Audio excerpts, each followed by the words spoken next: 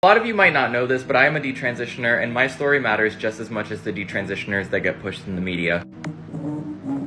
Nice shop is the fix there from. That video was posted back in 2021 when I first started medically transitioning, and 3 months later I would end my medical transition. That year I would fall into an incredibly low depression, I would have unaliving ideation, and like many detransitioners, the reason that I stopped medically transitioning was because I didn't have access to care and I didn't feel supported. Unfortunately, when it comes to stories about detransitioners, those aren't the stories that get pushed. In fact, the overwhelming majority of people who detransition don't detransition because they hate transness or because they hate trans people. They detransition because they figured out who they were and that person isn't trans, or they detransition because they didn't have access to healthcare, or they felt unsupported in their day-to-day lives. For the last 2.5 years, I have lived as a proud trans woman who has had access to healthcare, who has had the support of her family and friends, and I have been the happiest that I have ever been in my life. I have been the most in tune with myself that I've ever been in my life. The reason that I'm making this video years later is because oftentimes the majority of detransitioners that fall into the category of detransitioner that I was, which is people that detransition due to lack of care and support, end up going about living their lives quietly. They don't want to be used as political fodder. They don't want their stories to be used to fuel anti-trans hate. But a lot of those people constantly follow me,